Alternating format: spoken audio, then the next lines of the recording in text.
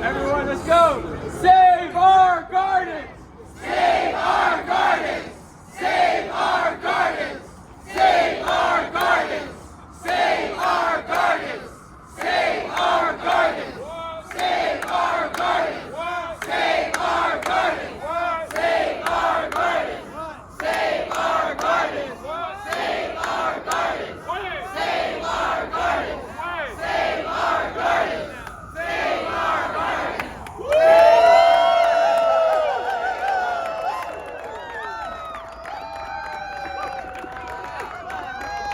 We are standing here today because hundreds of community gardens on city-owned land still lack permanent protection. Sarah.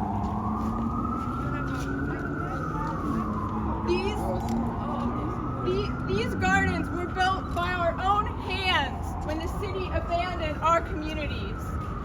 Today, the gardens save the city an estimated $12.8 million annually in environmental services. Through their labor, our community gardens and community gardeners provide fresh food. Our gardens act as the lungs of the city, filtering fresh air. We have about 20,000 garden members working as volunteers across the 5 boroughs. Today, we demand that Mayor Adams issue a statement excluding community gardens from Executive Order 43.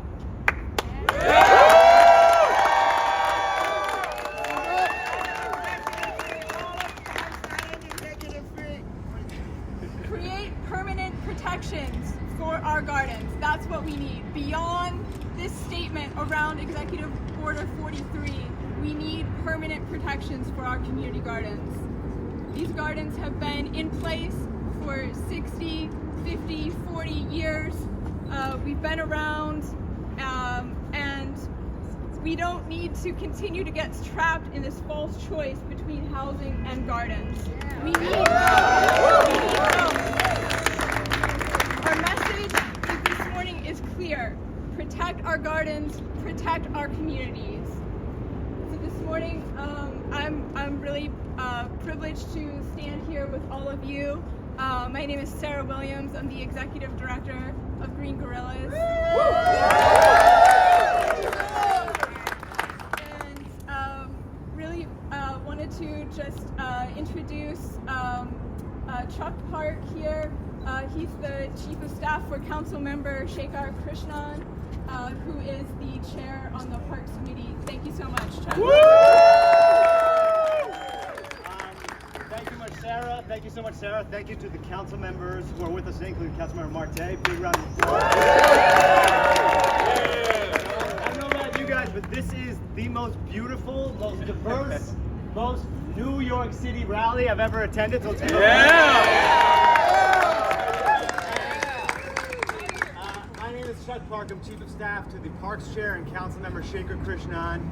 He really wanted to be here today. Unfortunately, he was invited to an event at the White House, so he had to miss it this morning. But he is the Parks Chair, and when we talk about parks, when we talk about public green spaces, when we talk about community gardens, this is what we're talking about. This is what we're talking about. And this is what's at stake. This is what we stand to lose if we don't protect our community gardens. And so Executive Order 43, I think we can all agree New York City needs more housing. We need to build homes for New York. But it is a false choice. We need housing and we need green spaces. We need gardens, we need parks, and we need our community gardens.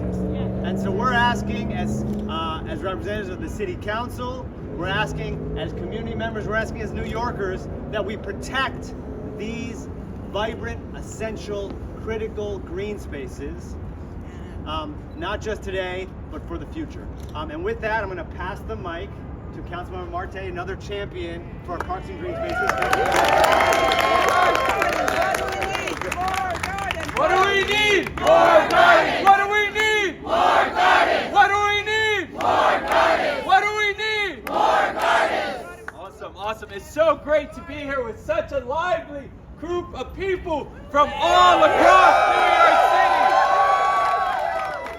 City. If you're from the Bronx, make some noise. If you're from Brooklyn, make some noise. If you're from Queens, make some noise. Where's Manhattan?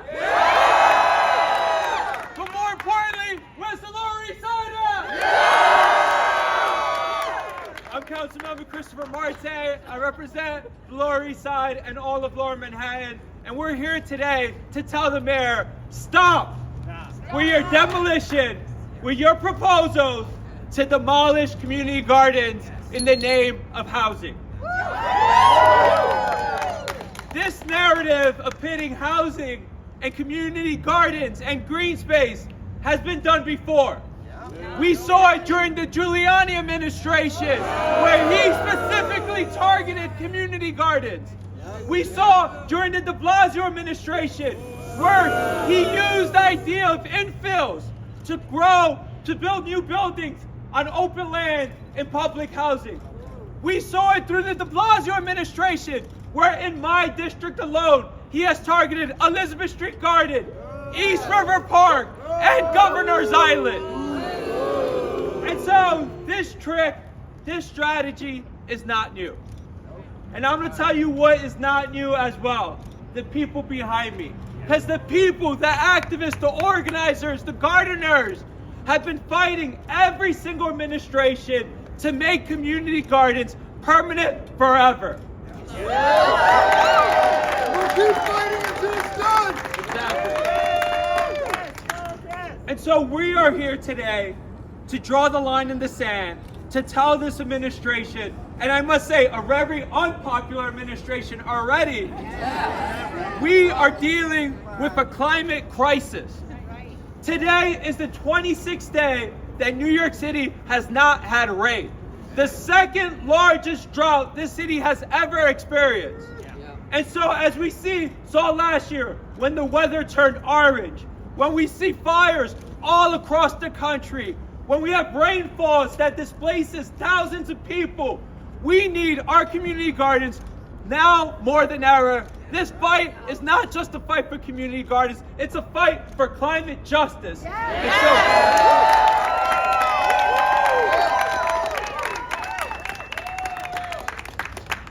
And so we all know we are in a housing crisis, and it's super important. But if we don't fight this climate crisis, then it doesn't matter where you live, because you're going to be displaced. And so there's no reason to pit housing and climate. It's one thing together, and that's what we're fighting for. And I want to thank everyone that's out here.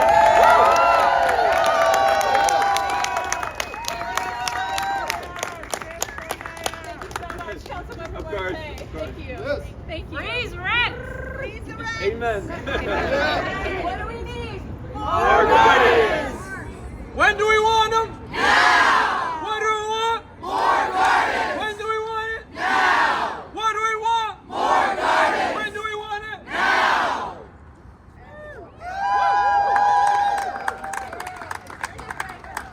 Where did Ray go? Sarah, my calves need you. Ray Figueroa? There he is. I wanted to introduce Ray Figueroa, the president of the New York City Community Garden Coalition. We're honored to stand with Ray and benefit from his many years of wisdom, leadership, advocacy. Ray, thank you so much for being here. Welcome.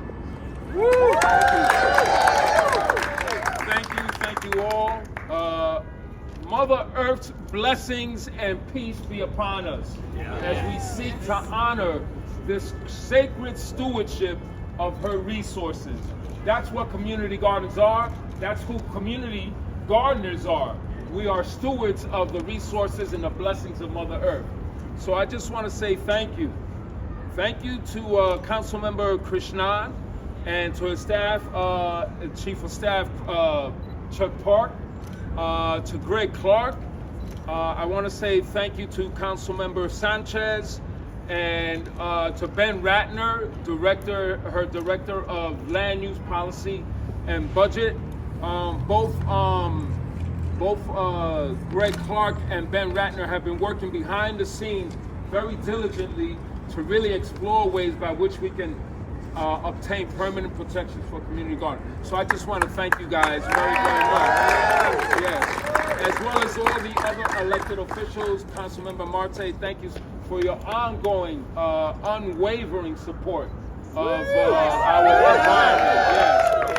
And I just want to say thank you, Sarah Williams from Guerillas, as well as Aishima. Thank you, Aishima. Let's give it up for Aishima. We really wouldn't be having a rally if it wasn't for these two individuals working nights, working weekends. So I just want to extend a real note of gratitude. And I want to say he's not here today, but Charles Purcell, we want to say of lungs, and then this child of Mother Earth right here. Yes, thank you. All right, so we're gonna do a little call and response. If I told you that I have a tomato garden, help me out. What am I growing? Tomatoes. Oh, wow. If I told you that I have a flower garden, what am I growing? Flowers. If I told you I have a community garden, what am I growing? Community. Say it again. Community. One more time. Community. That's right, that's what this is about, community. So, you know, we talk about community gardens, but really we cannot separate them from our communities. They are so much more than landscaping amenities. They are not so much gardens and communities as they are communities and gardens. Right? Yeah, technically the city does own the land where communities are located, but who owns the work? Who owns the work in the community gardens? Say it again. That's right. And so the city does not own it, and so how can we be separated if we own the work of community gardens? How can we be separated from our work? How can we be separated from loving our communities through our community gardens? Especially when our community gardens are meeting critical needs in our community. Why is Executive Order 43 even thinking about displacing our community gardens that are providing so much of a public good? Community gardens are addressing the needs within our communities in a way that is self-reliant, in a way that is healing, in a way that is meaningfully productive, resilience promoting, and which honors our sense of human dignity as human beings and as communities. Our community gardens are repairing the harms of displacement that our communities have suffered, including the historic harms of being bulldozed, burnt down, and being abandoned. With the fullness of our humanity and our self-respecting sense of human dignity, we community gardeners have been speaking through our actions. We've been speaking through our labors of love for our communities, saying, enough of displacement. We are drawing the line. Let's hear it again. Enough of displacement. Enough of displacement. We are drawing the line. We are drawing the line. Through our community gardens, we are resurrecting our communities from the rubble of abandonment. Some of our community gardens are helping to reduce crime by cultivating community gardens as safe spaces for gang mediation. Some of our community gardens are growing and distributing fresh, nutrient-dense food for our neighbors who are confronting food insecurity so that they can, instead of starving themselves in order to save money and pay their rent, they can still eat nutritiously and still have money for their rent. That's what community gardens are doing. Community gardens are also cultivating outdoor cultural spaces that celebrate our richness of our city's diversity. And all of our community gardens, every single one of them, are natural sanctuaries of peace where one can go to nurture one's sense of sanity. And this was especially true during the pandemic. Yep, right. And so we as community gardens are declaring that it is no longer acceptable that our community gardens' contributions and worth continue to be questioned, devalued, dismissed, discarded, and displaced.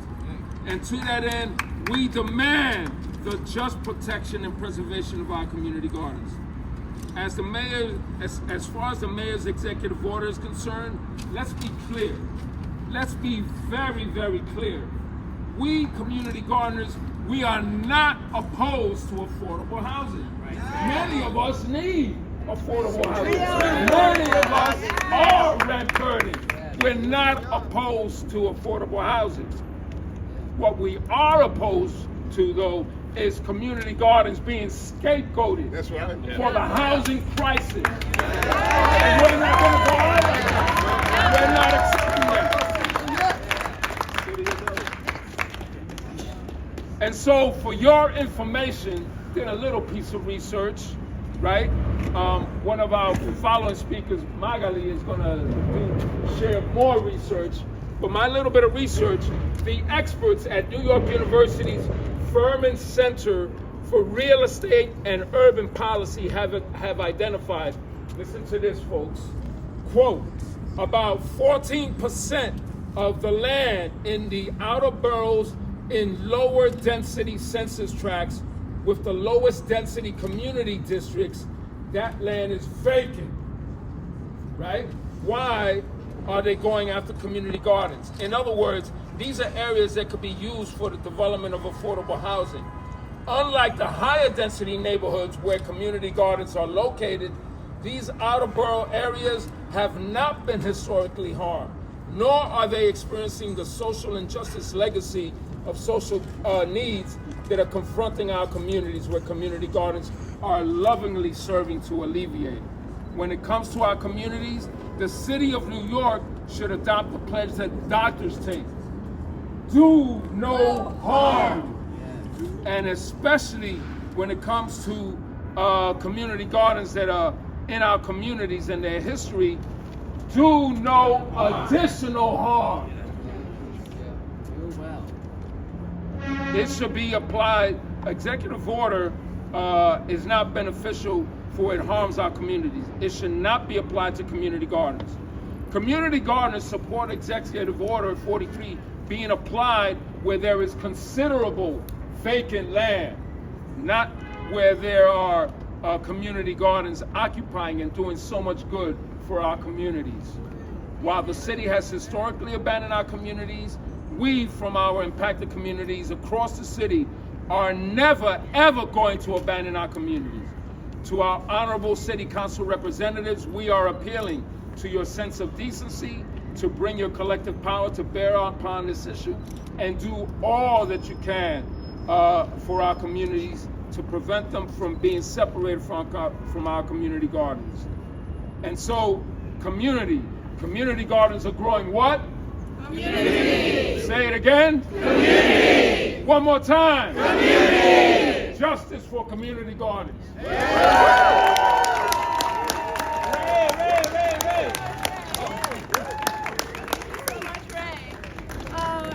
Wanted to introduce Councilmember Banks. Thank you so much for joining us, Councilmember Banks, who's joining us from East New York. Extremely strong advocate for community gardens. Thank you, Councilmember. Thank you. What do we want?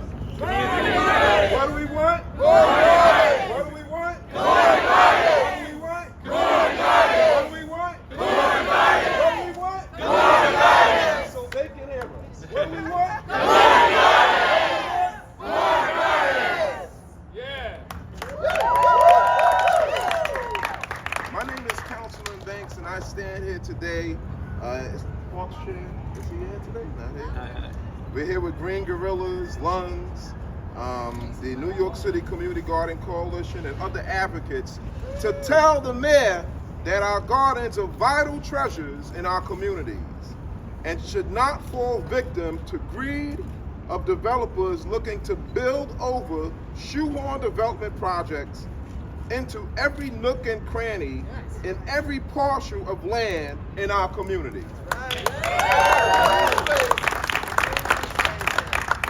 Development must be undertaken sensibly and not at the risk of these organizations that provide so much to so many. Green thumbs and other community gardens are vital parts of life in the areas that would otherwise literally be concrete jungles. There are over 50 green thumb gardens in my community. I believe I'm the only council member with the highest amount of green thumbs, 50, that provide a variety of resources to the local community where they serve, as sources of affordable fruits, vegetables, vibrant multi-use community spaces, and a place of escape and tranquility for those who just want to seek a space of refuge from the urban streets of East New York, Brownsville, Canarsie, and Remsen Village, and East Flatbush. These spaces are also used to educate our young people on the importance of conservation, ecology, farming, community, and so much more. Without these spaces, our communities will be indelibly and permanently transformed in adverse ways that will eliminate these vital urban sanctuaries from our communities. Today, I'm here to say, hands off! Hands off! Hands off! Hands off! Hands off! Hands off! Hands off! Hands off! Hands off! Hands off! Hands off! Hands off! Hands off! Hands off! Hands off! Mr. Mayor.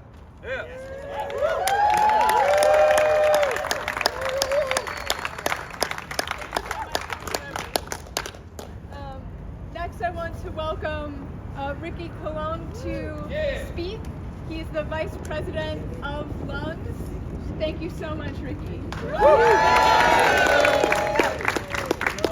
Good morning, New York. Good morning, my neighbors. Good morning. You gotta say it. My name is Ricky Colon, and I'm a proud Puerto Rican living on the Lower East Side as well. Aha! Our grandmothers, our tatas, our doñas, they gathered together. They saw an opportunity in the vacant lots on the Lower East Side. They decided to reclaim the spaces and utilize it to supplement the lack of fresh fruit and vegetables in our community, in our neighborhoods. So together, residents in our neighborhood of all nationalities came together and decided to reclaim Native American space, to reclaim these abandoned lots. Make no mistake, the city at one time prized these abandoned lots. These abandoned lots were utilized for profit by the city as backdrops for Hollywood. And now, encroaching pressure from the mayor and builders seeks to have a part of what we have sustained, our community, our gardens.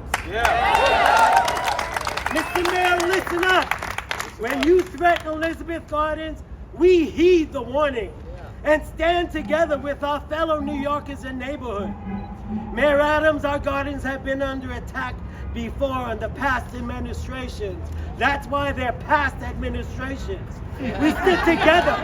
We stick together as a community to protect our gardens and protect our neighbors. We have seen small gardens disappear in our neighborhood. They have been replaced by luxury housing. The idea of the city needing housing is something all Lower East Siders know much too well. But we also stand in the fact, Mr. Mayor, that affordable housing is affordable in whose eyes? Not ours.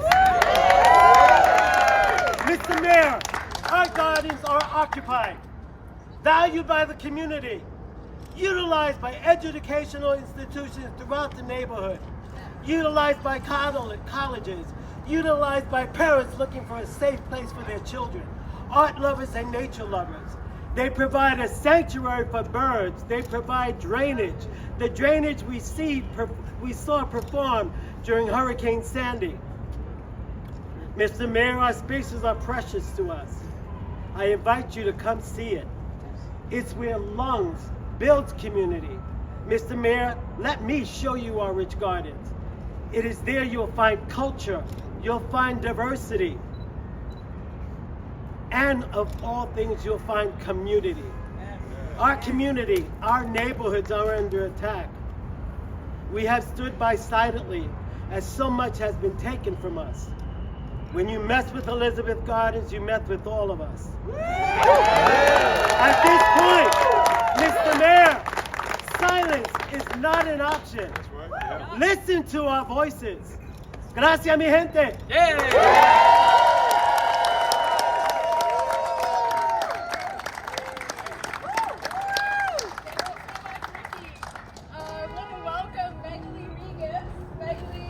From the New York City Community Garden Coalition. Hello,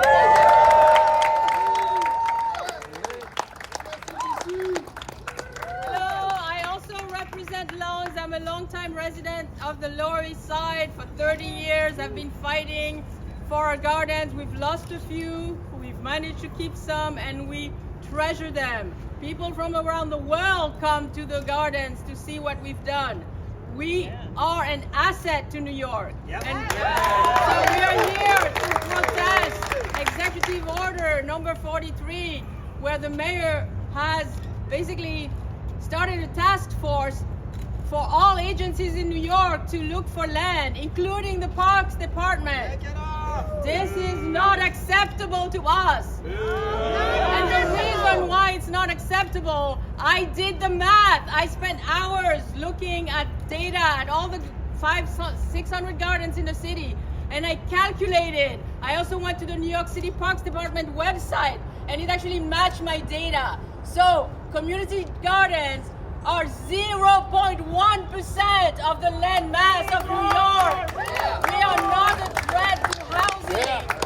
If anything, we need more. Anyway, I'm here to say that we need more gardens, and they are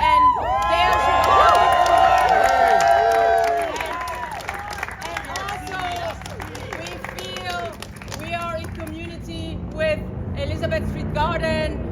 They have managed to accumulate more than 1 million letters to the administration, the mayor and his associates, even the governor, and over 1 million letters have been collected and sent to these people. In a city of 8 million, we have spoken. The garden needs to stay. Thank you. Preserve all gardens in New York. We add to the quality of life in this city. Thank you. I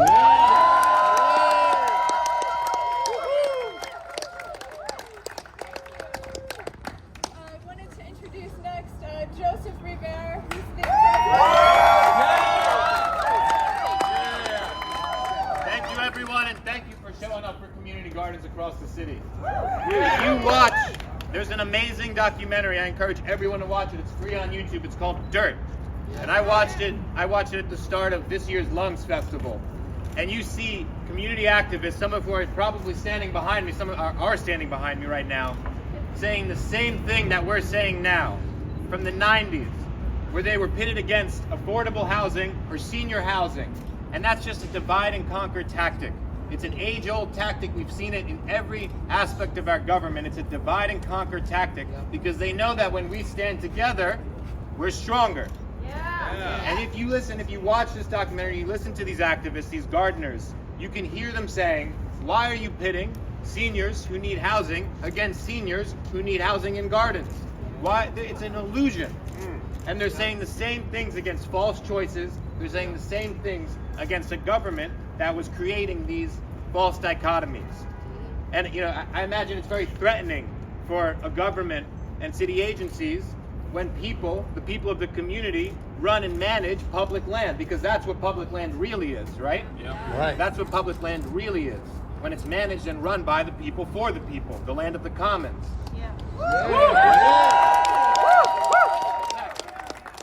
And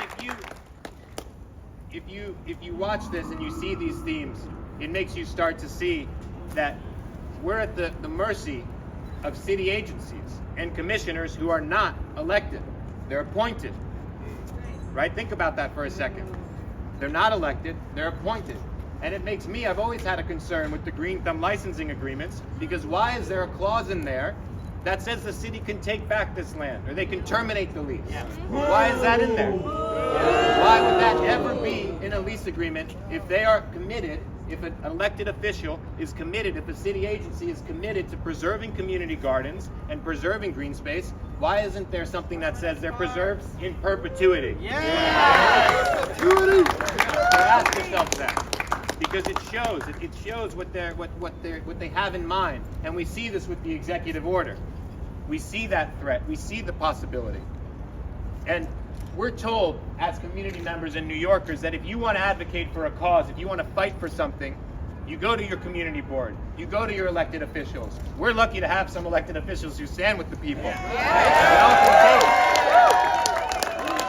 often the case, that's not the case, right? And you're told to go to your state representatives, your advocates, your elected reps. But actually, at the end of that process, we still somehow find ourselves at the mercy of these city agencies, these appointed officials. They were not elected. And you see that in the case of Elizabeth Street Garden. We've been fighting for 11 plus years now to preserve Elizabeth Street Garden. And one of the reasons why we want to save it as a conservation land trust is because of these concerning aspects in the licensing agreements. Right? We're keeping a close eye on that.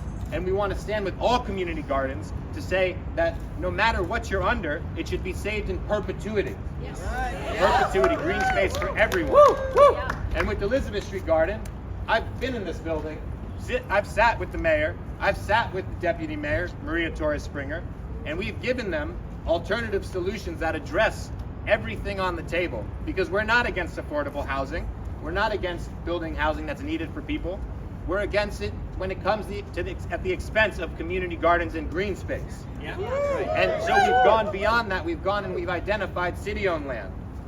For many years, Community Board 2 has been talking about building a lot called 388 Hudson since 2015. From 2015 to 2021, the city either neglected that or said, oh, we can't build there, it's a water tunnel access, or they brushed it off. They didn't seriously consider it when they could have at the time. And Community Board 2 worked very hard to identify the reasons why it was viable. Now they're building housing there after all those years wasted. And there's a bit of a hypocrisy there, right? They're saying we need to destroy community gardens to build housing now, and yet they've let city-owned lots sit vacant for years. Yeah. That's an interesting point.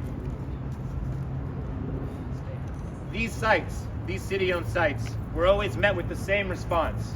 Thank you for bringing to them. You could bring as many as you want. We're going to build on those and the garden, Elizabeth Street Garden. Woo! That's what they said. Yeah, right, boo. Whoa! So we went beyond that with Maria Torres Springer. And very much thanks to Councilmember Marte here. We worked and we identified privately owned sites. And we connected with these owners, and we started putting together a plan that would incorporate affordable housing that would otherwise most likely be market rate housing. And these buildings are empty buildings. So we've shown them city-owned lots. We've shown them federally owned parking lots. We've shown them now privately owned sites that are sitting empty. And they're all within the same district, meaning they would all benefit the same people who would be applying for the housing lottery. That's the epitome of a win-win-win scenario that elected officials love to talk about. That's the epitome of it. And yet still, after all that, after thousands and thousands and thousands of letters sent, after over 130 seniors signed on to an open letter to the mayor, many of them would qualify for affordable housing, after they spoke up and said, we need to preserve the garden, and we know there are alternatives. After the local public school students sent letters to the mayor, after we had over 250, probably over now 300 local businesses and organizations sign on to an open letter saying, save Elizabeth Street Garden, Maria Torres Springer, not elected, appointed, is still moving forward with the eviction and the destruction of the garden. Begs the question, who is she really working for? Right? Because I didn't vote for her. Did anyone here vote for her? No! No. She was appointed. Yeah. You can look into both of them. But I encourage everyone, this gets me thinking where we would be in a city with a recall vote. with everything going on, with the mayor, with elected officials who don't represent the people. We don't have a recall vote in New York City. If you don't know what that is, look it up. And you can start to learn about the importance of what a recall vote could really stand for. All that's to say, the executive order threatens community gardens.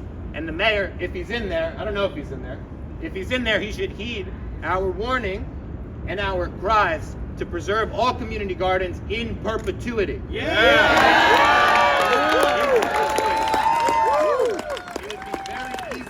be very easy for the mayor to issue a statement, for the commissioner of parks to issue a statement saying that community gardens under Green Thumb, community gardens not under Green Thumb all across the city will not be affected by the executive order. That's not hard. And their silence is telling. So we're going to keep fighting. There's still hope with Elizabeth Street Garden. We're going to keep fighting to the very end. We're going to reject any false choice. We're going to keep fighting for affordable housing in the district too. And we're going to reject any idea where there has to be the destruction, the loss of a community garden for housing. So thank you all.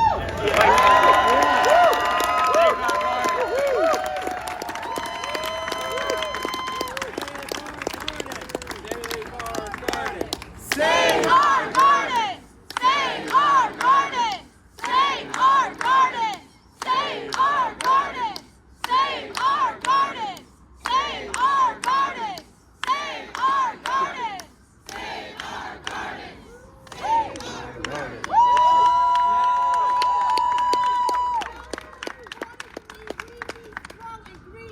No more 43! We need strong and green! No more 43! We need strong and green! No more 43! We need strong and green! No more 43! We need strong and green! No more 43! We need strong and green!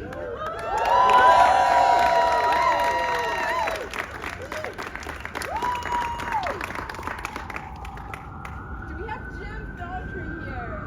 Jim. I know we have Maxie Rivera. Yeah, Maxie. Maxie, I want to welcome you from the Rainbow Garden of Life and Health. Thank you for joining us. What do we want? More gardens! What do we want? More gardens! And also a proud Puerto Rican from the South Bronx. Living in the South Bronx for 61 years. I was there when the South Bronx, when the slum landlord was burning our housing stock. I was there when the city took over all those abandoned buildings from the landlords, and they became the biggest landlord in the city of New York. It was the city of New York responsible for all those anti-law that we had in our community. It was the people in our community who came and saved out of those anti-law. We cleaned it. We started cleaning it and planting and doing cultural events. It was not Green Thumb. When Green Thumb came, we were already there. Okay? So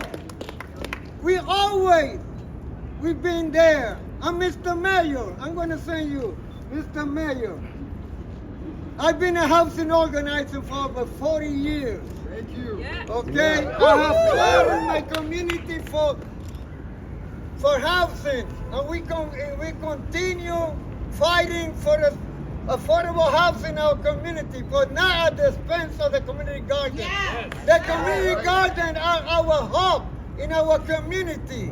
The community garden, we not only grow vegetables and fruit, but we also involved in our community. We involved with our children in our school. When we had 10 classes coming to our garden, teaching them educating to love Mother Earth. We teaching how to eat fruit.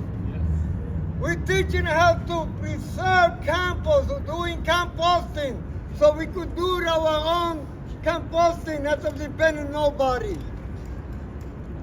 We not only with the Life and Herb Rainbow Garden, because in October is the month of the celebrate the cancer, right? Breast cancer is a month. But once a month in October, We have a mobile unit doing breast cancer exam to our people in our community. So we not only grow, our space is available for community organizations that need a space to meet, because we no longer have the luxury of the community organization that we used to have in the past, because the rent is so high that we can afford it to survive. So our community garden also, we work with the homeowner. We work to make sure sanitation clean our street, make sure that the light bulbs are working. So we are more than just, we are a community. I think what Ray was saying. And we're going to continue, Mr. Mayor. We're going to fight you. You already have enough problems. We got enough problems now. And now you're going to take on us? We're ready for you. Resign, Mr. Mayor.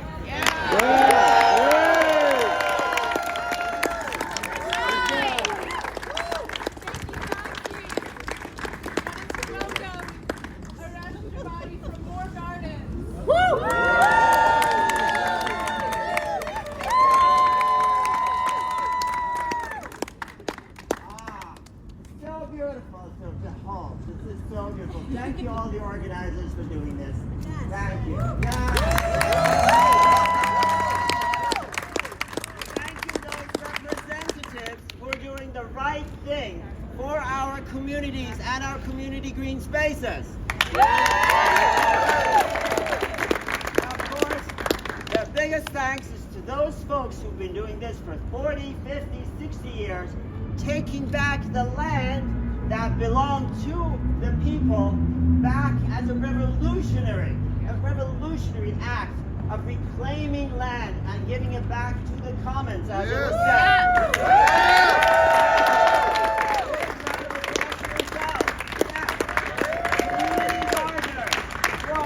Beautiful, thank you. So, we've been saying what we don't want, right? No more destruction, no more touching of any green spaces. Community green spaces are here to stay, full stop. Yeah! Now, what do we want? And I've heard this many times, we've been saying, More gardens! So how do we actually do that, right? We need steps. We need actual, not concrete, rooted steps. Rooted steps like these trees here to make it happen. We need council members. We need visionary mayors that are going to be coming very soon. And what we need is what we said, housing and green spaces. So for how many units of housing should then mandated be one community garden put there as well? How many do you think? How many units of housing? 99. Change the AMI. 99 units of housing, one community garden. Yes! Now, we will have then more gardens. And what happens then? They will not come after community gardens because they're too busy trying to find more gardens. Right? So that's the focus. Go back to your council members, go back to your community organizers, and start creating steps to start that mandate. We want housing, true housing. This housing of yes, or whatever that is, the city of yes. Bullshit! Yeah! Bullshit! That's for like developers, luxury condos. There's nothing in there for low-income housing, working-class housing, or anybody else. They're like, maybe if you decide you can do that. No, that's bullshit. No, we need real agenda of housing that's for homeless, low-income, and working-class people, first and foremost, with their beautiful community gardens next to them. Let's create that. Let's have council members, mayors, fight each other to say what's the best way to do that for our city. So what do we want? More gardens! When do we want it? Now!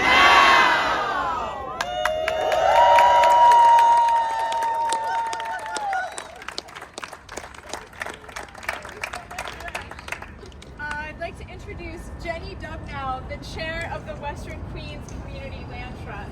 Jenny. I work with the Western Queens Community Land Trust. And we're working for decommodified, community-controlled land, both deeply affordable housing and green space and community space. As everyone has said, you can't pit the two against each other. We need bread and roses too, and we will fight for that. In Western Queens, we are overrun by luxury housing. It is not affordable. Right. The city is not building affordable housing. We need green space. We have some of the lowest per capita green space in the city in Western Queens. If the city were serious about addressing the affordability crisis, not the supply crisis, the affordability crisis, they would immediately fix 5,000 vacant units in NYCHA. Fix them! Fix it! Fix NYCHA now! They would freeze the rents and roll them back! Freeze the rent! Roll it back!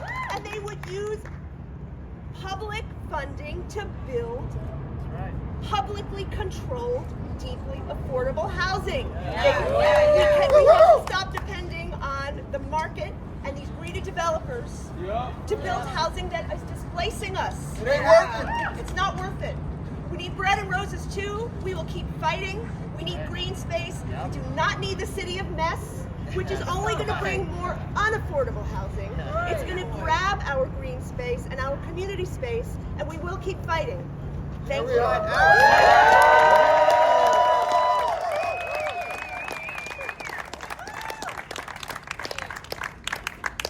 Thank you all for coming out today. Thank you for supporting. Thank you, community gardeners, community garden advocates.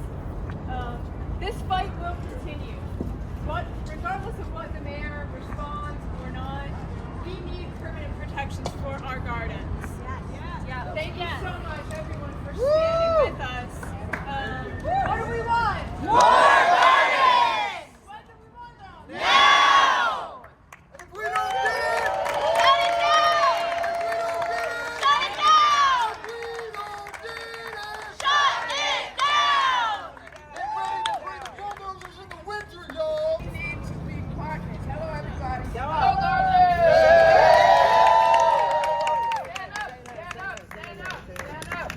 We need to change the policy of who we are. I'm Justine Roper from Brownsville.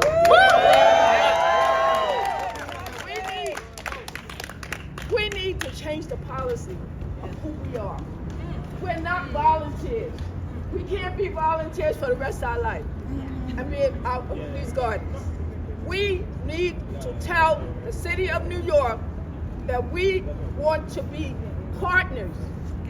We, just like other organizations and other businesses that comes to our city that builds houses, and like someone has said, it's not affordable. And we in Brownsville already know that. Because I'm part of the community board in Brownsville, Community Board 16. My garden had a vacant lot behind it. They now build a $1 billion house building right by my garden. We have a lot of trees. $1 billion house, tall building, shedding the garden even more. We already know. Now we are community. You probably won't even recognize us. Buildings all over the place. Taking community gardens rapidly. We stopped some of them, and we're still doing that. I am not a volunteer who's been in the garden for going on 40 years. How can I be a volunteer? I developed that garden, and so did a lot of you. Doesn't matter the length of time that you are there, you are not volunteers developing community gardens and developing community centers and working with children, seniors, adults, and youth. We are educating our youth and our children for the next generation. That's right. I've been here before in the 90s. Our garden was wiped out completely, okay, for housing. We're not against housing. We work with them together. Okay, we're not against that. We said that before. So why are you still taking gardens? We gotta stop that. How many times we're gonna come here? Each mayor comes along, and what do? They take green space, they take. So how many times we're gonna do this? We gotta stop this completely. We are not volunteers. We are part of the Speak up. Keep your mouth closed. Speak up. There's nothing too small that you can't go to. All of us have to go. Okay? All of us go, whatever small thing, whatever garden there is, and they're taking it, let us all go there. That's right. But we have to go to Elizabeth Street Garden. We have to come to the Lower East Side. We have to come to Upper Manhattan. We got to come to Brownsville. We got to go to East New York. We have to go To the boogie down. You got that right. We got to go to the Bronx, of course. Definitely. Okay. And we got to remember, Puerto Rico is not a garbage dump. Beautiful island. I've been there 4 times. Okay. So when you call green space, vacant lots, community gardens, or I could take them anytime. No, you can't. And we got to stand up. Open up your mouth. We can't just do this once a year or once a time. We got to keep it going. Okay? Let's stand for gardens. Stand for gardens.